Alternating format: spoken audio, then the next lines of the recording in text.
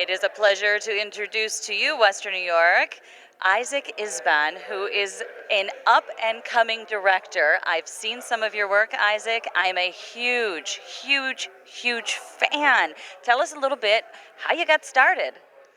Well, I always think that the best way to get started making films is just making films and watching a lot of films. So that's why I always recommend to every film student or film lover that approach me and say, hey, what do you recommend? I would tell him, watch a lot of cinema and make a lot of cinema. I started with a project called the Clip of the Week Project. Me and a partner I used to have back then were used to do one short film every week, and we did 50 short films one year, and they are really bad. They are really bad quality. Like there's no lighting. It's just like with my camera, and maybe I'm the actor or my father is the actor. But the quality was not important. The important was the challenge of one story every week.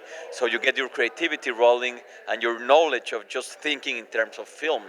That's how I started, just making films and watching films. And you have to become more rigorous and more demanding with yourself, and that's why we didn't keep that until forever. We just did that for like 1 year, and then we decided, okay, now let's make this Clip of the Week thing. We are making it now short of the month. So it's one short film with a proper crew, with a proper camera, with proper actors, and then we went to future film of the year. So you go from making something where the quality is not important, where you're only learning, to making something where you're actually you care about the final product, how it's gonna look. And your final product at this point in your career is phenomenal. You were here in Buffalo last year for the Fantastic Film Festival, and I was lucky enough to see El Incidente. And this is a film that you've taken all over the world to different film festivals, and it just to great acclaim, Isaac. Just so fantastic. Oh yeah, well, I'm really happy with the result. I think it's a very universal story. It's a story people can be identified anywhere in the world.